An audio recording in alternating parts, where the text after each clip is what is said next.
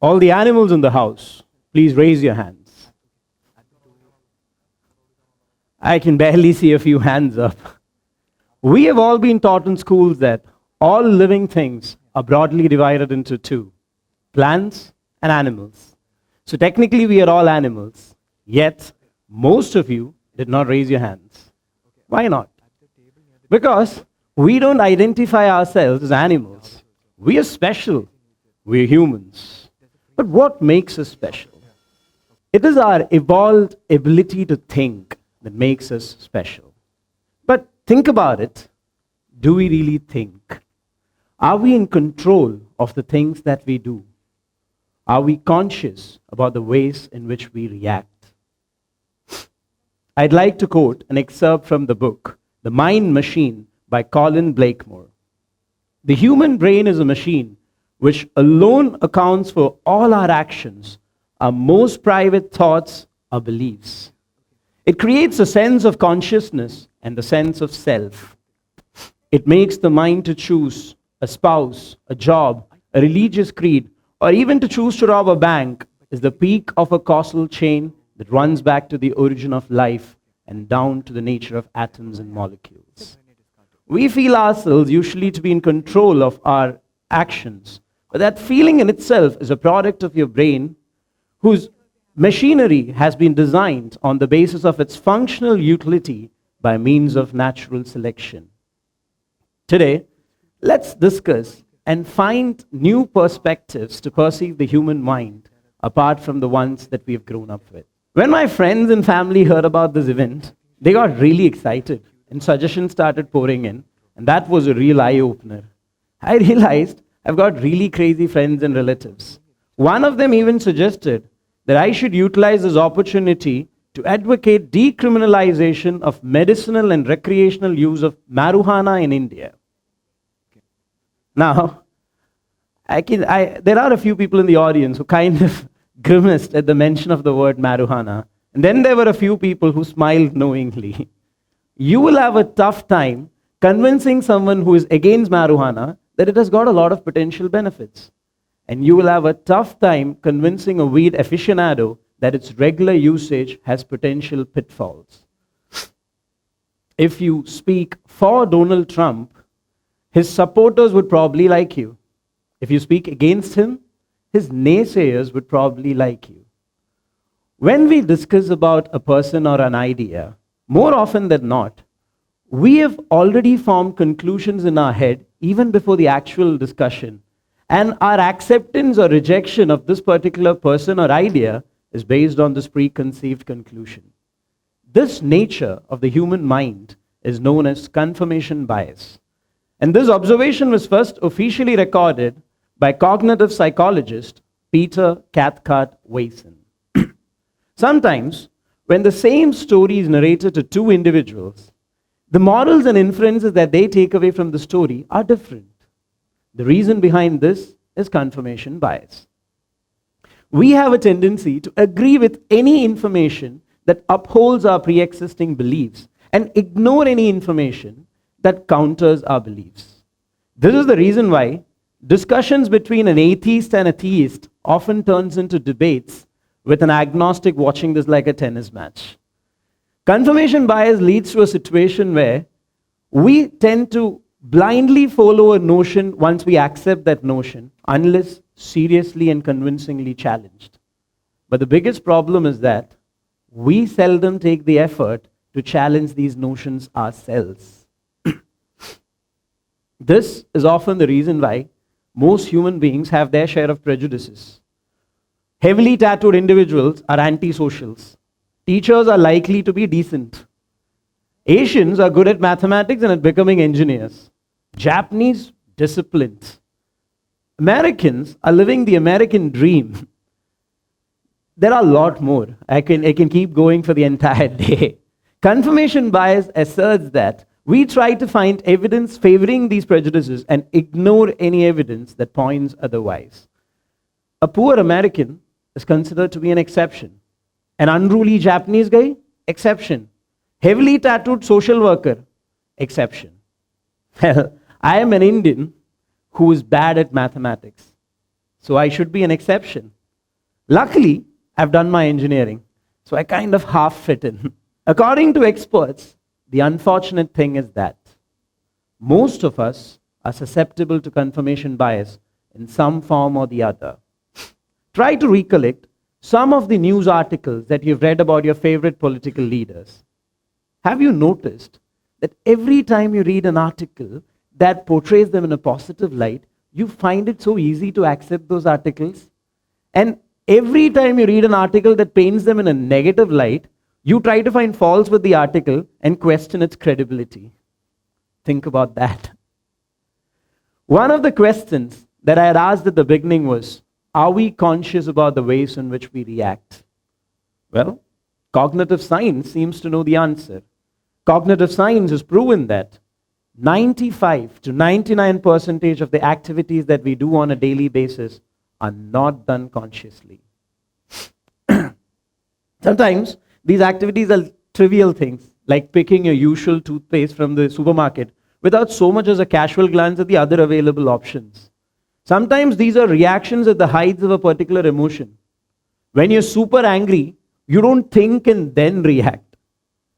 If you have the experience of driving a car or riding a bike over long distances, you would remember instances where you suddenly become aware of the fact that you have no recollection about the past few minutes. It is as though you were driving on an autopilot mode.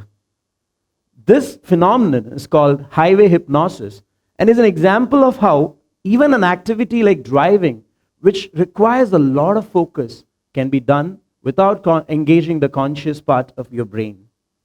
All this means that there are only 1 to 5% of activities that we do on a daily basis where we utilize our cognitive abilities.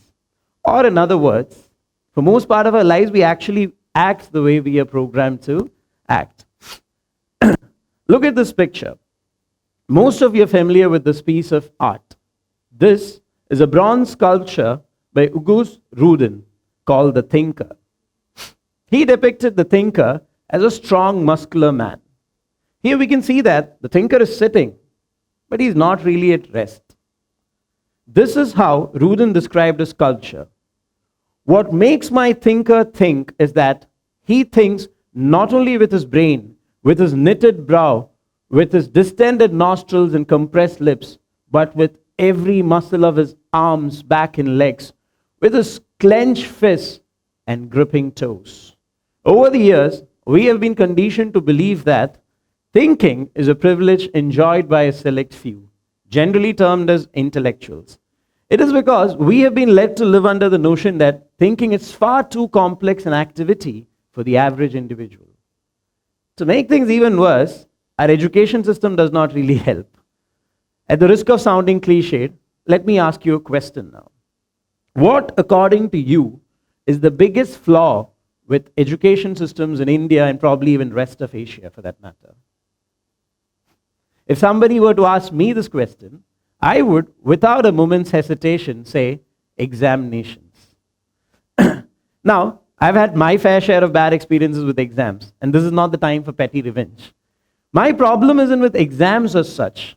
It is more with the fact that the objective behind conducting examinations have changed. Let me clarify. Every bank has got a half-yearly or end-of-the-year audit. But is that the purpose of running a bank? To do well in this audit? That'd be a really lame reason to keep a bank functional. So then what is this audit? It is a quality control measure to ensure that the functioning of a bank is prim and proper. In the same way, restaurants have a quality control measure called food safety inspections. But they do not run restaurants for the sole purpose of doing well in these inspections. In a similar manner, there was a quality control measure which was introduced into our education system to ensure that the process of acquiring knowledge was happening effectively. Examinations.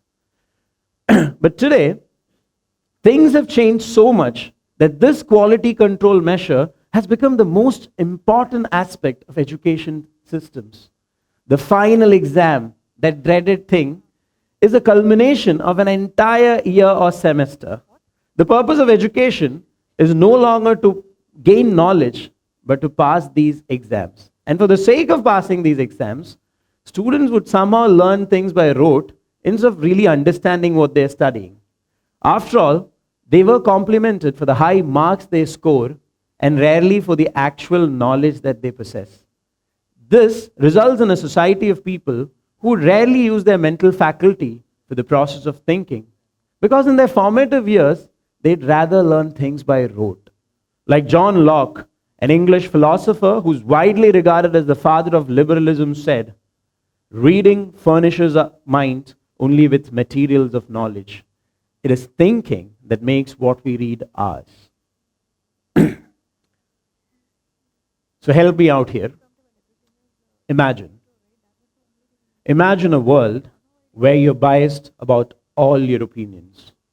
A world where you spend most of your life the way you're programmed to. And the system that you put all your trust in and live in reinforces your innate resistance to think. If you open your eyes, observe, and think about it, this is how most societies in reality work. Each of the pictures that you see here are of people who were or are loathed by the majority. But all of them had a fanatical fan following that helped them become rulers. So were their followers all bad people? I don't think so. So why did they follow them? Let's say there is something that I truly and wholeheartedly believe in, so much so that it's an essential aspect of my identity. Now, if I see a person who is vehemently and effectively voicing the same concerns that I have in my mind, I'll have an affinity towards that person. And if that person happens to be a political leader, there is a very good chance that I'll support that particular individual. When you support or love someone, usually there is a sense of loyalty that is attached to it. Whenever there is loyalty, there is also an urge to defend the person or idea that you're loyal to. Soon, you will start focusing on the good about that and ignoring the bad, behaving like a blind follower. Speaking of which, do we consider ourselves to be blind followers? Marketing campaigners surely hope so, and they exploit this behavioral pattern of human beings. They manipulate us into thinking that a particular deodorant will make us more attractive to the opposite gender. Of course, experience has taught most of us otherwise, but even then we continue to buy it in the hopes that one day it might work. Toothpaste and antibacterial soap ads often have actors wearing white coats posing as doctors and experts to give a sense of credibility to the product. After all, how bad can a product be if an expert is vouching for it? We often buy certain products based on the brag value that the name brings in.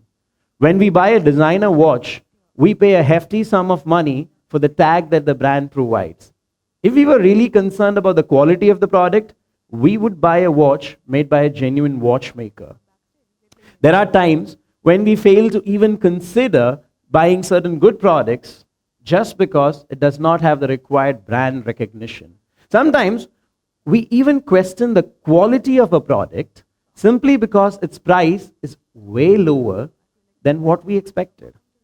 After all, we get what we pay for. In our minds, we subconsciously believe that the cost of a product and its quality are directly proportional. I've been to around 400 educational institutions, mostly for the sake of training the students or faculty in these institutions, at times for recruiting them to various organizations as well. Based on my observations during these experiences, I feel that there is a need to start pragmatic thinking as a way of life. I'm not going to try and offer solutions to the observations that I've presented to you today.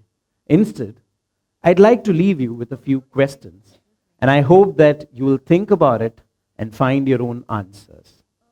Every time you evaluate a person in your life, a public figure, an idea, or even a product, do we evaluate based only on our point of view, or do we try to evaluate based on all imaginable points of views? Shouldn't we question the credibility of every notion that we already believe in? Shouldn't we view each of those notions from various angles? Are you willing to accept the possibility that maybe we have missed something before. Like Buddha said, believe nothing, no matter where you read it or who said it. Even if I have said it, unless it agrees with your own reason and your own common sense. Thank you, ladies and gentlemen. Thank you so much.